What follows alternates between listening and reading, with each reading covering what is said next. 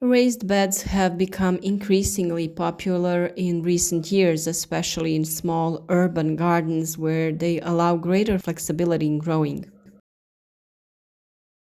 Raised beds are an excellent choice for those who, for example, don't have enough time and or space for a garden, but still want to grow some of their vegetables and fruits, or for those who have poor soil at their disposal or simply find it difficult to bend down and dig and to remove weeds. They are also ideal for smaller yards and they can also look very attractive. This type of raised beds is actually a large container for planting without a bottom or a top. All you need is a frame, a sunny spot, and quality soil. Today we will show you step by step how to do it and tell you all about the advantages of this method of cultivation. There will be some disadvantages, but they are easily overcome in relation to the many benefits they have. For more tips like this, be with us every day when we post a new video to make your garden successful. And if the tips are useful to you, recommend us to your friends, share the video on social networks, and leave a like of support. They are ideal for growing vegetables or herbs and can also be used for flowers, shrubs, fruits such as strawberries and blueberries, and even small trees. When choosing wood, make sure that it is not treated under pressure and with an oil coating, because these chemicals can be released over the years. While researching which is the best wood for making raised beds, we discovered that it is cedar, sequoia, and mahogany, which we don't really have here. The reasons why they are the best are because they rot the slowest and do not attract wood pests. Pine boards can also be used, and we use the regular fir board, which will last for many years without any problems.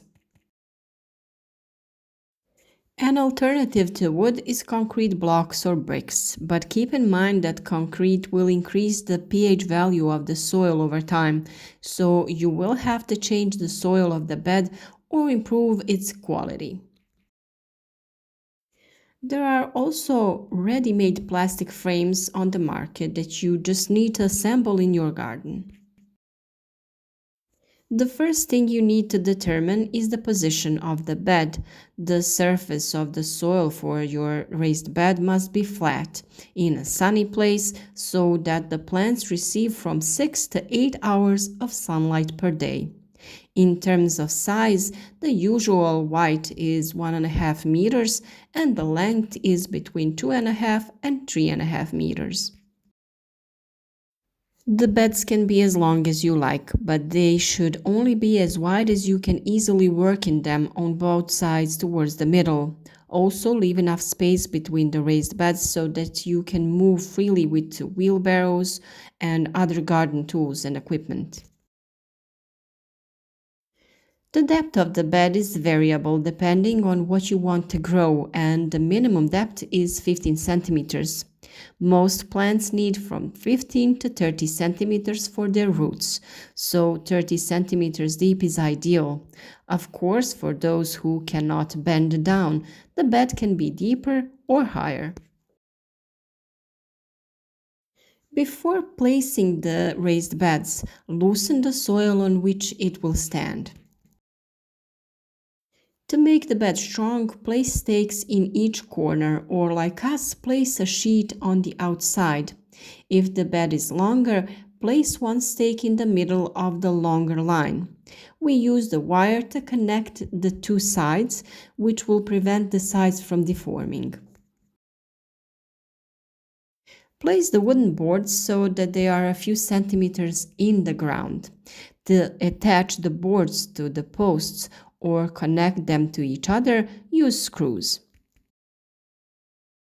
Now add the second row of planks. If the land is on a slope like here, one side will be lower than the other, so try to make both sides the same height so that it is pleasing to the eye as much as possible. After you have installed the frame, it is time to prepare the soil. If your area has problems with voles or moles, place a galvanized net on the bottom of the bed. To prevent soil erosion, you should mulch the soil with a thick layer of organic matter such as straw, branches, corn cobs, dry leaves, or other materials that will decompose. It is an excellent way to enrich the soil because it will release nutrients into the soil as it rots. And now we come to the most important thing, the soil mixture that you will place in your beds.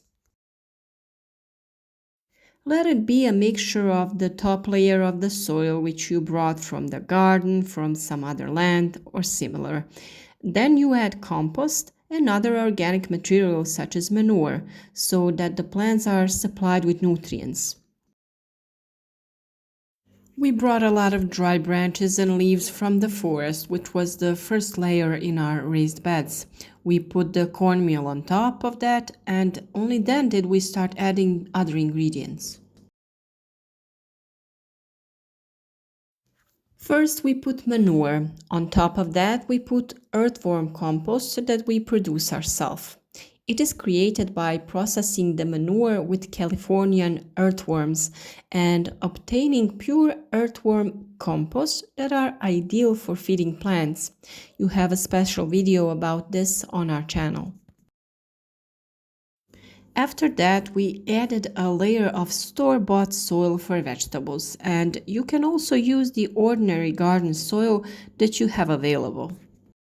In that case, mix it all well so you have a quality soil. For that reason, it is very important to fill the beds with quality content in order to make the cultivation as successful as possible. And also keep in mind that this kind of mixture will dry quickly, which is not a problem in spring and autumn, but in summer it will be necessary to mulch it with straw, hay, and similar materials in order to retain moisture. Frequent watering is crucial in raised beds, especially in the early stage of plant growth. If necessary, or if the soil settles, you have to add a layer of soil. You can also install a drip irrigation system in your raised bed. Another advantage that is also good is that in late autumn you can cover this kind of bed with nylon or glass frames, so it can serve as a small greenhouse.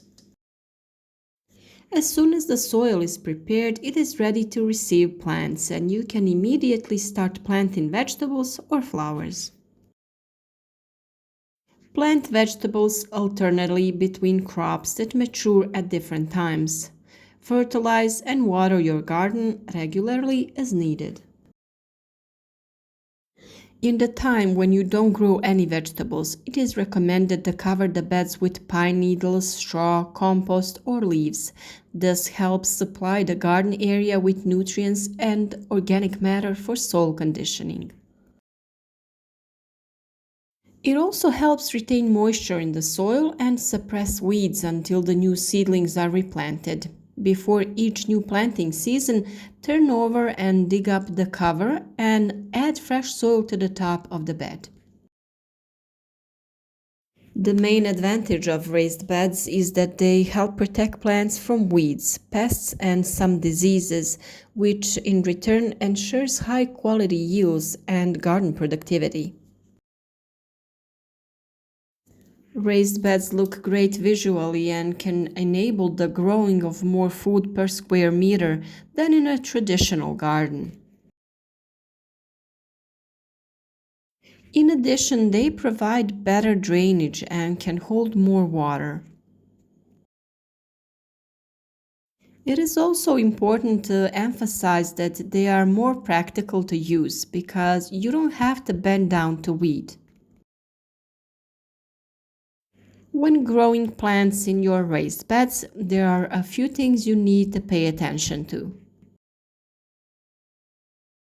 The first thing is cost. The initial cost involved in building raised bed gardens include the purchase of appropriate equipment and materials, as well as quality soil.